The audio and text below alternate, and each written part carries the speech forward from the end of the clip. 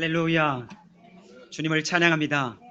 오늘도 우리를 이 귀한 예배 자리로 불러주신 하나님께 감사와 영광을 올려드립니다. 할렐루야. 우리 성도님들 서로 이렇게 격려합니다. 주님께 기대어 사세요. 우리 그렇게 서로 격려하겠습니다. 주님께 기대어 사세요. 네, 주님께 기대어 사세요. 예, 누군가 기댈 때가 있다라는 게 얼마나 든든합니까? 할렐루야. 오늘 예배를 통해서 내 힘을 빼고 주님께 온전히 기대고 살기를 다짐하는 그런 귀한 예배가 되었으면 좋겠습니다. 저는 오늘 이사야 28장 오늘 본문을 중심으로 무엇을 의지할 것인가, 무엇을 의지할 것인가 라는 제목으로 하나님의 말씀을 증거하겠습니다. 우리가 요즘 이사야 말씀을 계속 묵상하고 있습니다. 7월 16일부터 우리가 이사야 말씀을 묵상하기 시작했으니까요. 벌써 이사야 28장까지 왔습니다. 예. 잘 따라오고 계시죠? 예. 그동안 큰 세 단락을 우리가 묵상을 했습니다.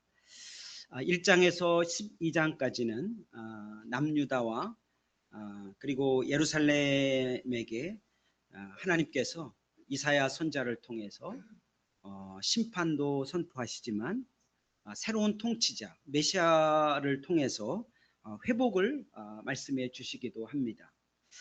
그리고 13장에서 23장까지 길게 남유다 주변 나라들의 심판을 선포하시죠. 이것을 통해서 하나님께서 모든 나라와 역사의 주관자이시다 하는 것을 하나님께서 보여주셨습니다. 그리고 이사야 24장에서 27장을 보면 온 세계와 인류를 하나님께서 다스리고 계시다는 것을 보여주시죠.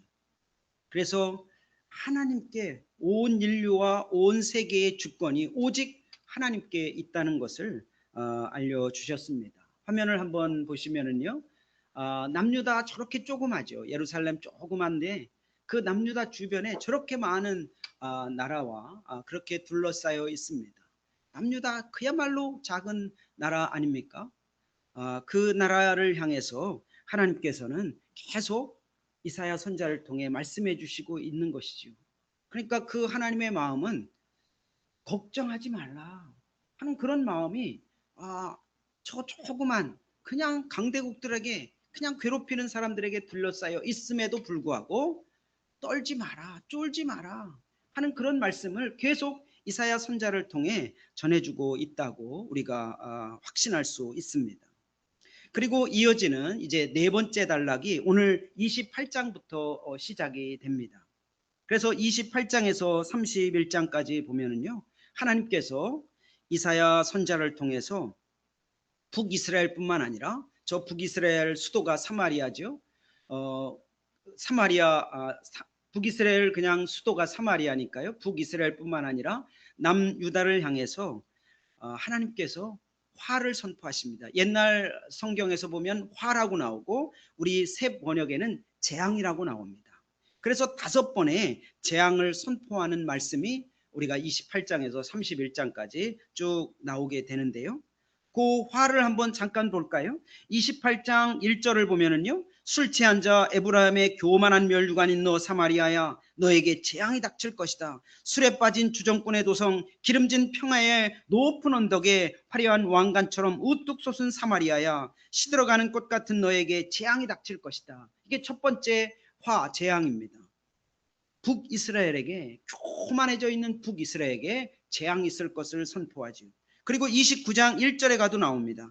너에게 재앙이 닥칠 것이다. 이 너는 예루살렘을 의미합니다. 왜냐하면 그 밑에 보면 아리에라 아리에라 다윗이 지인을 쳤던 성읍아, 해마다 절기들은 돌아오련만 내가 너 아리엘을 포리하고 치겠다.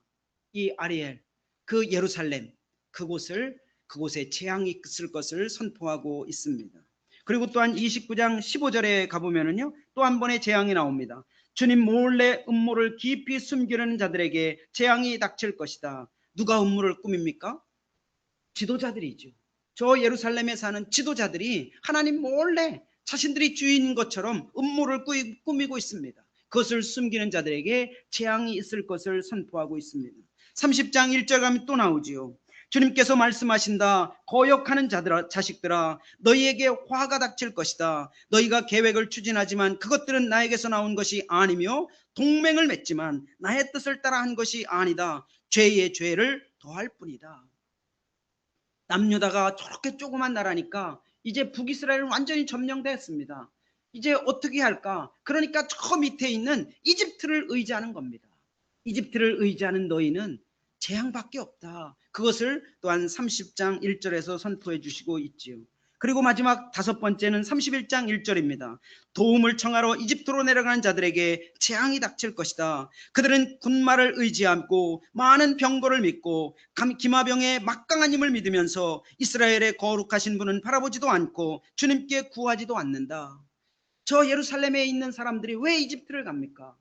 막강한 군사력을 의지하기 때문에 글로 내려가는 것입니다. 막강한 군사력을 의지해봐라. 결국 재앙밖에 없다. 그렇게 선포하고 있는 말씀이 우리가 네 번째 단락 28장에서 31장까지의 이사야 선지자의 말씀입니다.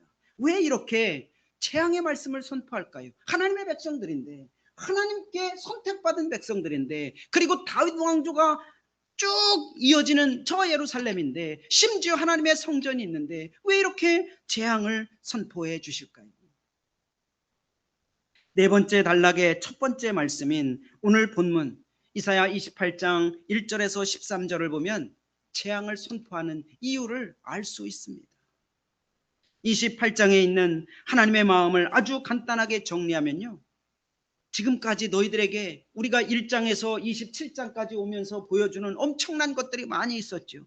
그렇게 많은 것들을 보여줬는데, 이사야 선지자를 통해서 그렇게 많은 것들을 내가 선포했는데 도대체 너희는 무엇을 의지하고 있단 말이냐, 이 말씀을 하고 계시는 겁니다.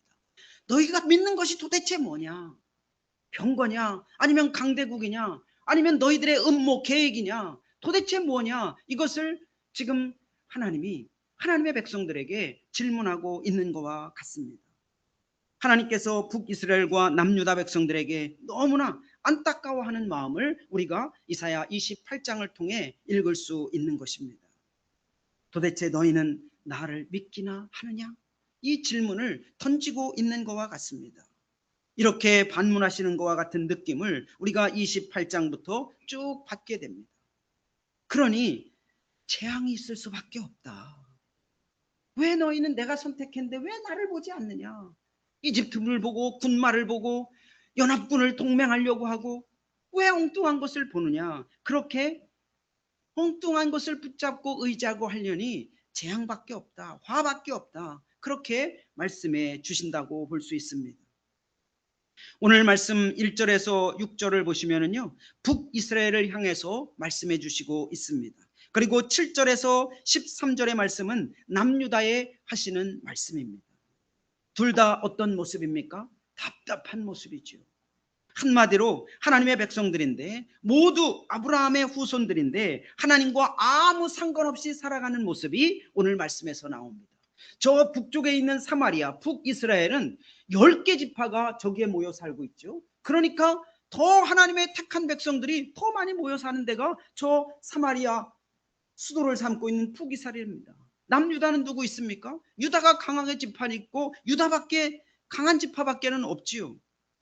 그런데도 불구하고 이들은 하나님과 아무 상관없이 살아가는 모습으로 살아가고 있습니다. 오늘 말씀 1절에 보시면은 뭐라고 합니까? 주정꾼이다. 시들어가는 꽃이다. 하나님의 선택을 받았으니 대단한 민족 아니에요? 그럼에도 불구하고 술주정꾼이다. 시들어가는 꽃과 같다. 그렇게 말씀을 선포해 주시고 있지요. 왜 이렇게 됐습니까? 이렇게 된 주 원인이 무엇입니까? 그게 교만입니다. 술 취한 자 에브라임의 교만한 면류관인 너 사마리아야. 아, 우리는 하나님이 택함 받았으니까 안 망하지. 하나님께 예배드리는데 우리는 안 망하지.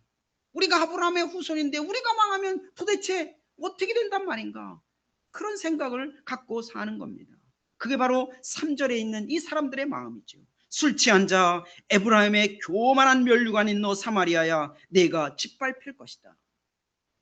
하나님이 어떻게 우리를 멸할 수 있을까? 그런 마음을 갖고 사는 그들을 완전히 하나님께서 이방 민족을 동원해서 짓밟아 버리겠다고 말씀하고 있는 것입니다. 교만은 무엇입니까? 이들이 그렇게 짓밟히게 되는 이유가 교만인데, 교만은 무엇입니까? 교만은 하나님을 외면하고 자기가 주인 되는 것이 교만입니다. 다른 게 없습니다. 교만은 또한 패망의 선봉이라고 우리에게 알려주지 않습니까? 하나님 의지하지 않고, 하나님 믿지 않고, 하나님 바라보지 않고 엉뚱한 것 붙잡고 자기가 주인은 결국 망하게 된다는 걸 잠언에서도 우린 잘 알고 있습니다. 그것을 오늘 2절에서 알려주고 있지요.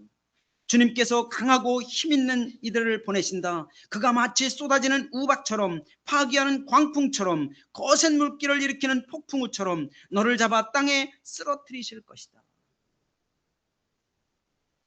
교만한 북이스라엘을 하나님께서 내버려 두지 않을 것임을 말씀으로 알려주시고 있죠. 역사적으로 결국 어떻게 됩니까? 북이스라엘은 아시리아에게 저 막 북쪽에서 막 그냥 강하게 밀고 오는 저 아시리아, 아수르에게 기원전 722년에 산산조각 나지 않습니까? 그냥 뿔뿔이 흩어집니다. 그게 저 북이스라엘의 역사입니다. 남유다는 어떨까요? 남유다도 별반 다르지 않습니다. 7절을 보시면요, 남유다가 어떻습니까? 유다 사람이 포도주에 취하여 비틀거리고 독한 술에 취하여 휘청거린다. 제사장과 예언자가 독한 술에 취하여 비틀거리고 포도주 항아리에 빠졌다. 독한 술에 취하여 휘청거리니 환상을 제대로 못 보며 판결을 올바로 하지 못한다. 무슨 말씀입니까? 북이스라엘은 성전이 있지 않습니까? 남유다는 성전이 있지 않습니까? 그 남유다에 성전이 있으니까 거기서 아주 중요한 일을 하는 사람이 누굽니까? 제사장과 예언자들입니다.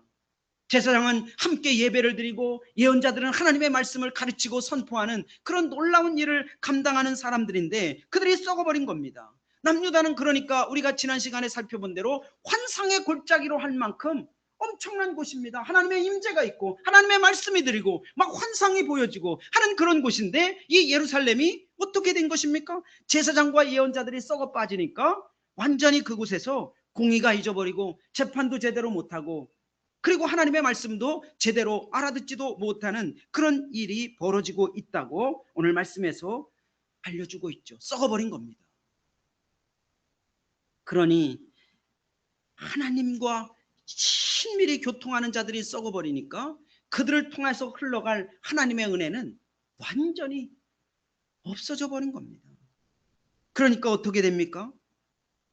이들이 오늘 10절에 보면은요, 저자는 우리에게 한자 한자, 한절 한절, 한 장 한 장 가르치려고 한다. 누구에게 얘기하는 겁니까? 야, 우리가 제사장인데, 우리가 예언자인데, 우리가 성전에서 일했는데, 그런 뻐기는 자들이 갑자기 나타난 이사야가 하나님의 말씀을 선포하니까 빈정거리는 겁니다. 야, 네가 무슨 말씀을 전한다고? 야, 그 일은 우리 일이야, 우리 일. 야, 우리가 해야 돼. 네가 할 일이 아니야. 그렇게 빈정거리고 있는 것입니다. 하나님의 말씀이 가로막힌 거죠.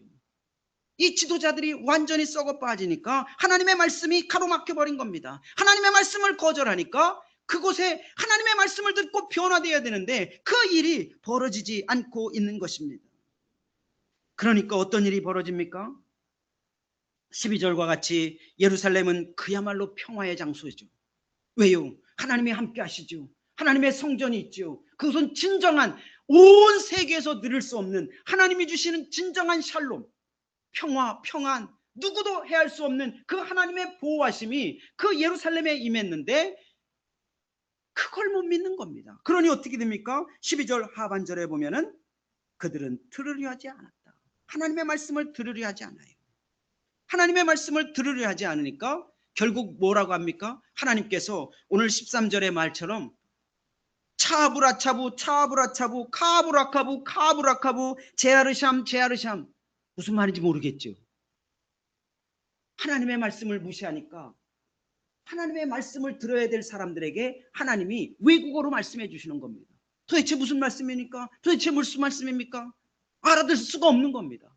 하나님의 말씀을 알아듣지 못하니까 결국 어떻게 됩니까? 오늘 말씀 13장 하반절에 보면 그래서 그들은 가다가 뒤로 넘어져서 다치게 하시고 덫에 걸려서 잡히게 하신 것이다.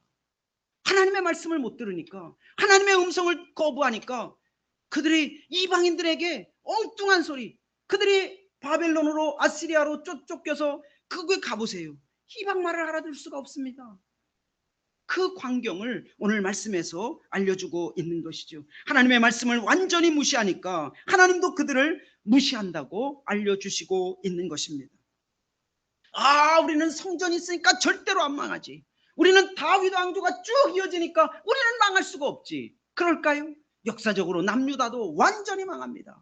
기원전 586년에 바빌론에게 새롭게 막 아시리아를 이기고 바벨론 제국이 막 발흥해서 올라오죠. 그에 의해서 BC 586년에 저 남유다도 산산조각 납니다.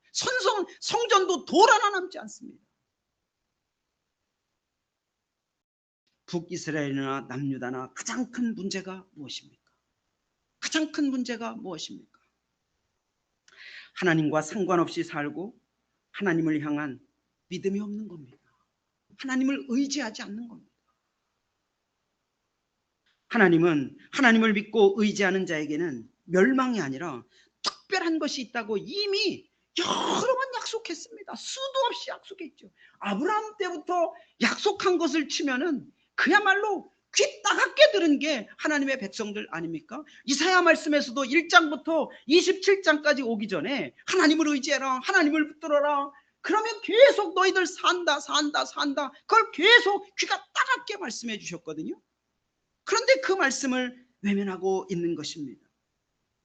하나님은 하나님을 믿고 의지하는 자에게는 멸망이 아니라 특별한 게 있다고 오늘 말씀에서도 우리에게 알려주고 있습니다. 5절과 6절을 다시 한번 읽어볼까요? 시작. 그날이 오면 만군의 주님께서 친히 주님의 남은 백성에게 아름다운 면류관이 되시며 영화로운 왕관이 되실 것이다. 주님께서는 재판관이 된 사람들에게 공평의 영을 주시고 용사들에게는 성읍 문으로 쳐들어온 적을 막는 용기를 주실 것이다. 할렐루야. 살아남은 사람, 주님의 남은 백성, 그러니까 주님만 의지하고 주님을 믿고 주님과 함께 살아가는 이 남은 백성들은 결코 하나님이 외면하지 않는다는 것을 5절과 6절을 통해서 알려주고 있는 것입니다. 이 교만한 이 북이스라엘이, 그러니까 교만을 내려놓고 하나님을 단순하게 믿는 사람들은 이 남은 사람들인데, 그 사람들에게는 영화로운 왕관을 씌워주시겠다. 얼마나 놀랍습니까? 그리고 정말 잘 판결할 수 있는 영을 부어주시겠다. 그리고 힘있게 싸울 용사가 되게 하겠다. 이런 놀라운 약속을 해주시고 있는 것입니다. 하나님을 의지하는 게 답이죠. 하나님을 믿는 게 답이라는 것을 알 수 있는 것입니다. 12절에 보면은 남유다에게도 또 말씀하시죠. 남유다에게 여러 번 약속한 게 있습니다. 이곳은 평안이 있을 것이다. 고달픈 사람들은 편히 쉬어라. 이곳은 평안이 있을 것이다. 이게 남유다에게 하나님께서 약속하신 것입니다. 하나님과 함께하고 하나님이 임재해 있는 이 예루살렘은 누구도 건드릴 수 없다. 단 나를 의지해라, 나를 믿어라, 나를 붙들어라. 그럴 때 이곳은 진짜 샬롬이 임한다. 진짜 평안과 평화가 임한다. 왜? 하나님이 보호해 주시기 때문에. 그걸 말씀해 주시고 있는 것입니다. 그러니까 하나님을 믿고 의지하는 자에게는 놀라운 약속이 있다는 걸 이미 귀가 따갑게 말씀해 주시고 있는 것입니다. 하나님을 믿고 의지하면 아무 문제가 없게 하신다는 것을 오늘 말씀에서도 다시 약속해 주신 것이죠. 그러니까 오늘 말씀은 북쪽이나 남쪽이나 하나님을 하나님으로 믿느냐, 하나님을 하나님으로 믿느냐, 이 주제를 강력하게 선포하고 있는 것입니다. 하나님을 믿으면 살고 하나님을 믿지 않으면 재앙이 있다는 것을 분명히 알려주고 있습니다. 좀 유치한 표현 같은데 어쩔 수 없습니다. 이게 하나님의 마음입니다. 하나님을 믿고 살면 너네들은 평화가 있을 것이다. 살아남을 것이다. 그렇지 않고 하나님을 믿지 않으면 화가 있을 것이다. 재앙이 있을 것이다. 이방 민족을 통해서 완전히 짓밟힐 것이다. 이것을 말씀해 주시고 있는 것입니다. 이 시간에 사랑하는 성도님들과 저에게도 이것이 가장 중요한 질문입니다. 하나님을 믿는가? 하나님을 믿는가? 성도님들은 믿음이 무엇이라고 생각하십니까? 믿는다. 믿는다. 믿음이 무엇입니까? 예수님을 믿는 우리에겐 이 믿음이란 단어가 정말 중요하지 않습니까? 믿음이 무엇인가? 이 믿음을 쉽게 이해하면 어떻게 우리가 설명하면 좋을까요? 정말 쉽게 말이죠. 믿음은 자신이 아닌 남에게 기대는 것을 의미합니다.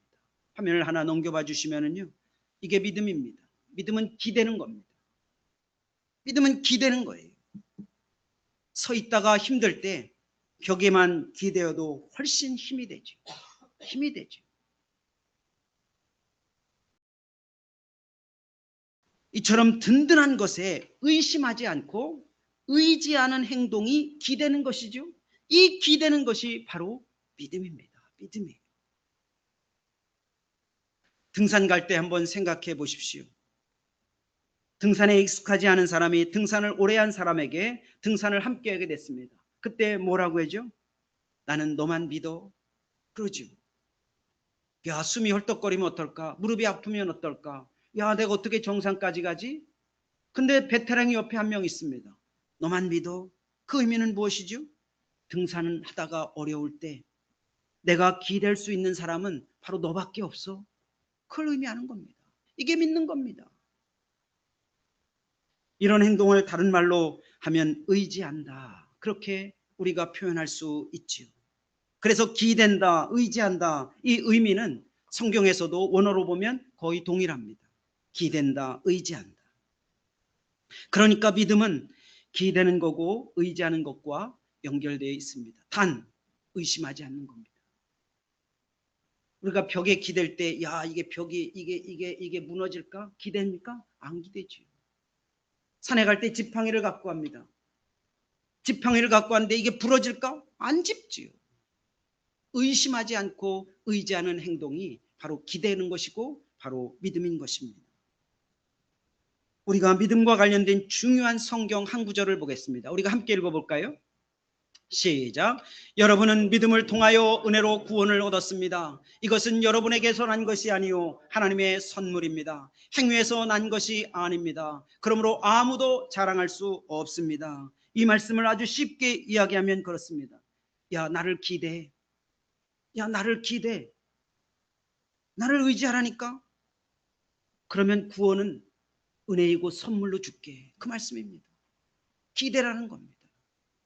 야, 나를 기대라니까. 나를 의지하라니까. 그럼 너에게 구원이 은혜로 선물로 너에게 주어져. 그 말씀입니다.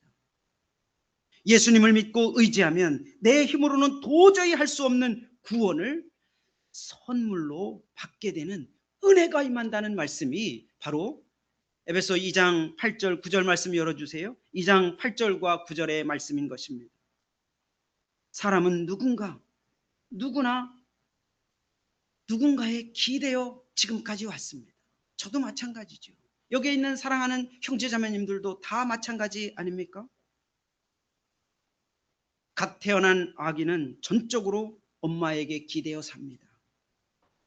우리가 지금까지 혼자의 힘으로 잘 살아온 것 같지만 돌아보면 내가 기댈 수 있는 누군가가 있었기 때문에 여기까지 왔습니다. 어제 말씀을 준비하면서 야, 나는 지금까지 여기 올 때까지 누구를 기대서 여태까지 살았나. 아내가 갑자기 생각나더라고요. 늦게 들어갔는데 아내가 먼저 자고 있어서 고맙다 고맙다. 야, 당신 덕분이야 들었는지 안 들었는지. 네, 어제 그렇게 하고 잤습니다. 돌아보면 내가 기댈 수 있는 누군가 있었다는 게 참 대단합니다. 화면을 하나 열어놓아 주시면은요, 이게 다음 페이지입니다. 이게 우리의 기대는 모습 아닙니까? 그래서 이게 사람입니다. 사람은 누군가 서로 기대면서 살아가고 있습니다. 세월이 지나면 어릴 때는 아이들이 부모에게 의지하다가 세월이 지나갈수록 부모가 자녀를 기대기 시작합니다. 물론 마음이 그렇다는 의미예요. 일터에서도 마찬가지 아닙니까? 혼자 잘난 척하는 사람이 어디 있습니까? 혼자 잘난 척하는 사람은 대부분 일찍 나가더라고요. 우리가 경험하지 않습니까? 서로 믿고 서로 기대고 서로 의지할 때 사실 일도 잘 됩니다. 교회는 어떨까요? 교회도 마찬가지죠. 예수님의 몸으로 모인 교회 공동체는 서로가 기대어 살아가면서 그 가운데 하나님이 부어주시는, 성령님이 인도하시는 놀라운 것들을 신비하게 경험하는 것이 교회입니다. 교회에서 나는 누구도 필요 없어, 난 혼자 살래, 그러면 그것은 혼자 사는 사람이 손해입니다. 교회는 예수님 안에서 한 몸으로 서로 기대어 서로 의지하며 살아가고 있는 곳이 바로 교회의 공동체인 줄 믿습니다. 사람끼리 이렇게 서로 믿으며 서로 기대어 사는 것도 상상한 것 이상으로 놀라운 결과들을 우리가 보지 않습니까? 제가 이 자리에 있는 것도 그렇고 우리 사랑하는 형제자매들이 이 자리에 계신 것도 아마 그럴 겁니다. 직장을 보아도 그렇고 교회를 보아도 참 우리의 상상보다 더 놀라운 일이 사실 우리에게 일어나지 않았습니까? 그런 저희들이 예수님을 믿고 은혜와 선물을 받은 우리가 주변 사람만 기대고 의지하고 살까요? 또 무엇을 의지해야 될까요? 또 무엇을 의지해야 되겠습니까? 다시 오늘 말씀으로 돌아가면 분명합니다. 우리가 믿고 기대고 의지할 가장 중요한 분은 오직 하나님이십니다. 오직 하나님이십니다.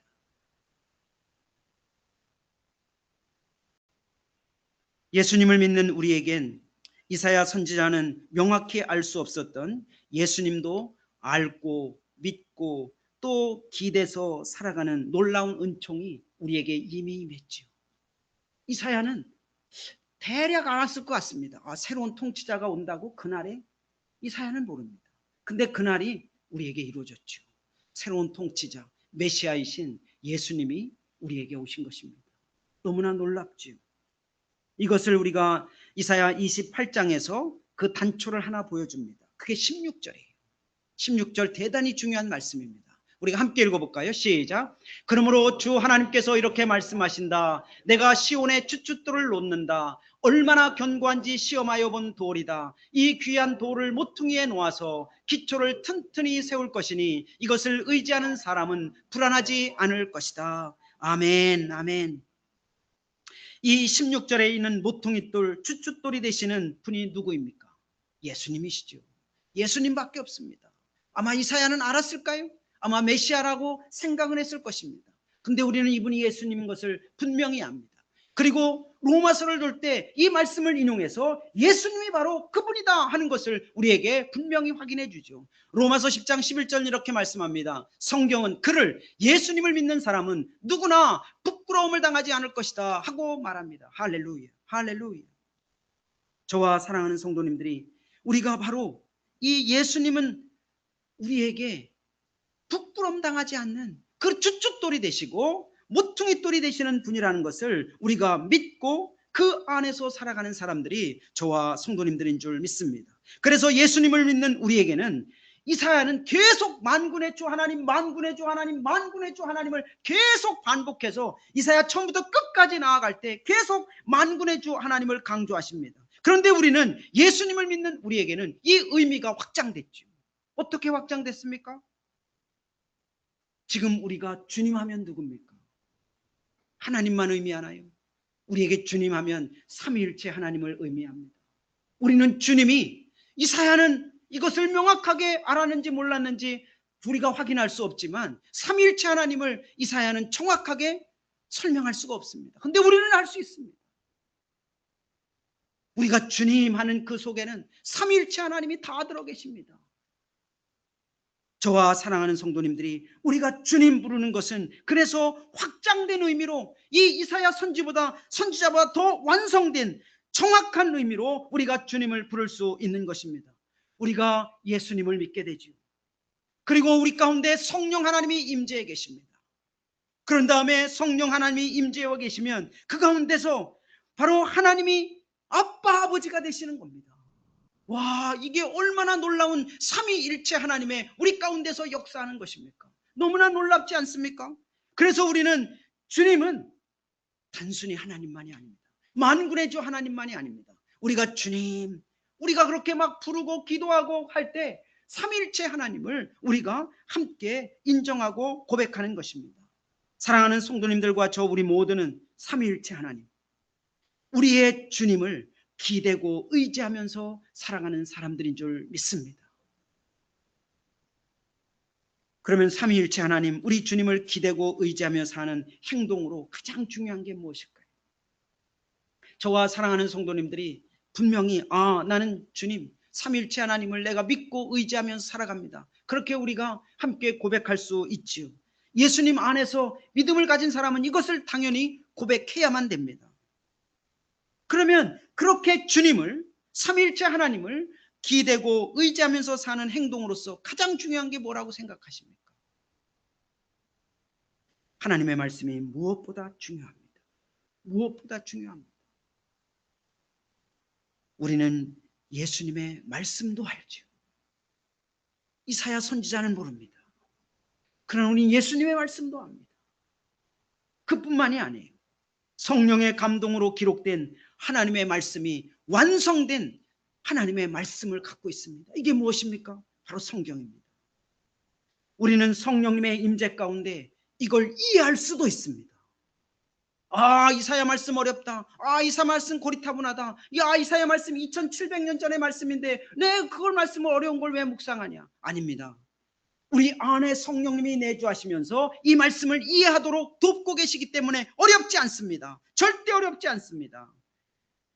하나님을 기대고 의지한다. 예수님을 기대고 의지한다. 성령님의 인도하심을 따른다. 이것은 성경과 뗄래야 뗄 수가 없는 것입니다.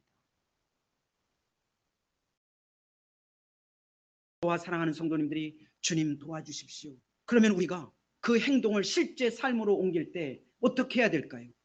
하나님이 보이길 하십니까? 예수님이 보이십니까? 성령님이 보이시길 하십니까? 그런데 이 주님이 우리에게 선물을 주신 게 있습니다. 그게 무엇입니까? 성경입니다. 성경이에요. 얼마나 놀랍습니까? 얼마나 놀라워요. 오늘 이 본문에 나오는 북이스라엘이 교만한 것은 자신들이 주인이 된 것입니다. 그러니까 자신들이 주인이 되니까 하나님의 말씀을 무시하게 돼요. 오늘 1절과 3절에 그것이 나오시죠? 나오지 않습니까? 술 취한 자들, 그리고 주정꾼의 도성이 되었습니다. 시들어가는 꽃이 된 것은 하나님의 그 살아있는 말씀을 외면하고 자신들이 주인 노릇한 겁니다. 남유다도 당연하죠. 남유다도 보면 지도자들이 어떻게 합니까? 하나님의 전한 말씀을 들으려고 하지 않습니다. 한 절 한 절, 한 장 한 장, 한자 한자, 니까짓 게 뭐라고 그렇게 말씀을 전하냐? 그렇게 하는 겁니다. 하나님의 말씀을 외면하고 있는 겁니다. 빈정거리고 있는 겁니다. 그들은 하나님의 말씀이 선포되고 있는데 하나님의 말씀을 향하여 내가 갖고 있는 말씀이 최고인데 내가 그 일을 해야 되는데 그러고 있으면서 하나님의 말씀을 거부하고 있는 겁니다. 그러니까 이들은 모두 하나님의 말씀을 외면하니까 혹독한 대가를 치르는 것을 우리가 보지 않습니까? 저와 사랑하는 성도님들이 완성된 하나님의 말씀, 성경을 선물로 받았다는 것 너무나 큰 축복이죠. 너무나 신비한 일입니다. 이것을 진짜 삼위일체 하나님이 이 성경 안에서 일하고 있다는 것을 우리가 붙고 두고 알 수 있다는 것도 엄청난 신비이고 우리에게 주신 특권이고 놀라운 복이라 믿습니다. 저와 사랑하는 성도님들이 단순하게 성경을 그냥 읽으면 그냥 성경대로 사는 것이 우리가 하나님을 의지하는 것이고 하나님을 믿는 것이고 하나님을 기대는 것입니다. 그 더 이상 다른 게 뭐가 있겠습니까? 그것이 바로 강력한 삼위일체 하나님을 우리가 의지한다는 것을 다른 뭐로 보여줄 수 있겠습니까? 여러분들, 삼위일체 하나님을 내가 인정하고 그분을 기대고 의지하고 사랑한다 하는 걸 뭐로 보여줄 수 있겠습니까? 헌금 아닙니다. 봉사 아닙니다. 전도 아닙니다. 그 다 위에 뭐가 있습니까? 말씀이 있기 때문에 우리가 그걸 하는 겁니다. 말씀이 있기 때문에 그걸 하는 거예요. 저와 사랑하는 성도님들이 우리는 정말 단순하게 성경대로 사는가, 이것이 내가 무엇을 의지하고 사는 거와 똑같은 겁니다. 똑같은 거예요. 그렇게 산 사람이 누굽니까? 노아죠. 노아입니다. 아브라함 전에 온 노아입니다. 그래서 민족을 새롭게 쓰지 않습니까? 노아한테 완전히 다 쓸어버리고 노아를 통해 새 역사를 쓰십니다. 그리고 또 아브라함 아닙니까? 아브라함의 믿음을 보시고 하나님을 기대는 것을 보시고, 야, 이삭을 버립니다. 누굴 기댄 겁니까? 하나님 기댄 거죠. 그러니까 임마누엘의 역사래, 여호와 일의 역사가 아브라함에게 나타나는 것입니다. 할렐루야. 그게 또 요셉입니다. 감옥에 가건 어디에 가건 그냥 하나님을 바라본 것입니다.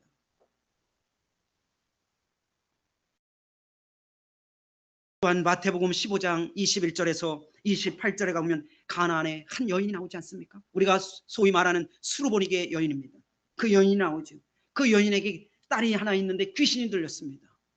그야말로 어찌할 바를 모르는 겁니다. 이 딸 하나 어떻게 할까? 그런데 이 여인이 예수님을 찾아갔습니다. 예수님을 찾아가니까 이방인 아니에요? 이방인. 나는 개에게 먹을 걸 줄 수가 없다. 그래서 개는 상 밑에서 떨어진 주인의 부스러기도 먹지 않습니까? 이 여인이 나는 개입니다. 부스러기라도 주십시오. 그러니까 예수님이 무슨 말씀이라도 한마디만 하면 그 말씀이 그대로 될 줄 믿습니다. 그러니까 예수님이 이 여인에게 네 믿음이 크다. 네 믿음이 크다. 네 딸이 나았다. 근데 그 딸이 그대로 살려지지 않습니까? 너무나 놀랍습니다. 우리도 성경 그대로 단순하게 살 때 네 믿음이 크다. 예수님이 우리에게 그렇게 인정해 주시고 우리에게 놀라운 역사들이 일어나게 하실 줄 믿습니다. 이제 말씀을 정리합니다.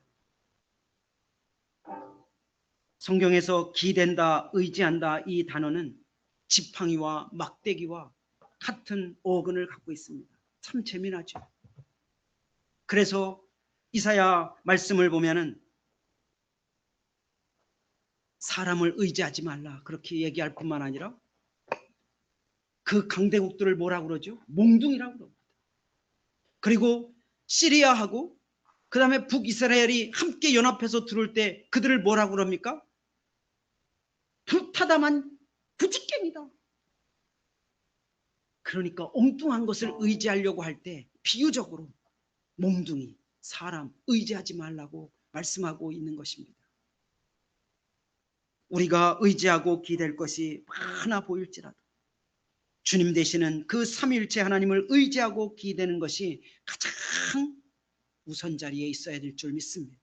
저 사람 인자 하나만 봐도 되지 않습니까? 우리 성도님들은 바로 주님을 의지하고 살아가는, 주님을 기대서 살아가는 그런 사람들이 바로 성도인 줄 믿습니다. 그 믿음으로 우리 주님 되시는 삼위일체 하나님의 마음이 담긴 그 영원한 말씀, 그 단순한 그 성경 말씀을 단순하게 그대로 지켜 살아갈 때 저와 사랑하는 성도님들이 오늘 말씀에 있는 이 축복마다 그 이상을 우리가 받고 누리게 될 줄 믿습니다.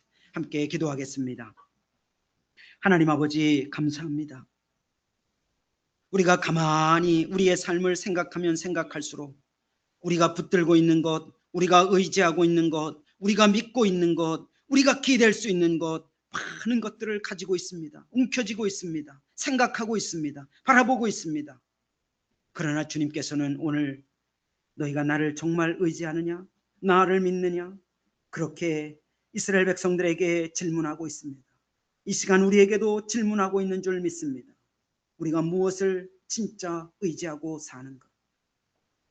우리의 주님 되신 삼위일체 하나님을 믿고 기대고 의지하며 끝까지 살아가는 저희 모두가 되게 하여 주시옵소서. 그것은 바로 우리 삼위일체 하나님이 들어있고 우리에게 보여주시고 말씀하는 그 성경을 붙들고 성경 그대로 살아가는 삶인 줄 믿습니다. 우리 늘사랑교회 모든 성도들이, 젊은이들이 그 말씀 그대로 삶으로 말미암아 하나님이 예비하신 크고 놀랍고 신비한 복들을 누릴 수 있도록 하나님 인도하여 주시옵소서.